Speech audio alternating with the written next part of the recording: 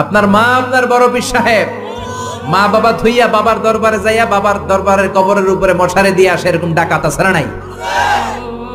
যে লোকটা মাজারে মশারি দেয় দেখবেন ওর বাপেরে মশায় কামড়ায়, ওর মারে মশায় খায়, আছে না নাই? এজন্য আল্লাহ বললেন আমার দ্বিতীয় ফয়সালা ওয়া বিল ওয়ালিদাইনি ইহসানা, মাতা পিতার সাথে ইহসান করবা। ইবাদত হবে আল্লাহর, ইহসান হবে মাতা পিতার। তাহলে প্রথম ফয়সালা হলো ইবাদত আল্লাহর, দ্বিতীয় ফয়সালা হলো মাতা পিতার সাথে ইহসান করতে হবে। কার কথা? দ্বিতীয় ফয়সালার সাথে কোনো দ্বিমত আছে? এটাও একমত। আল্লাহর ইবাদত করা কি ফরজ না নফল? আল্লাহর ইবাদত যেমনি ফরজ, মাতা পিতার প্রতি ইহসান করা এটাও ফরজ, ঠিক কি না? মা বাবার সাথে ভালো আচরণ ইহসান, এটা নফল নয়, এটা অপশনাল নয়, এটাকে কম্পালসারি করে দিয়েছে কে?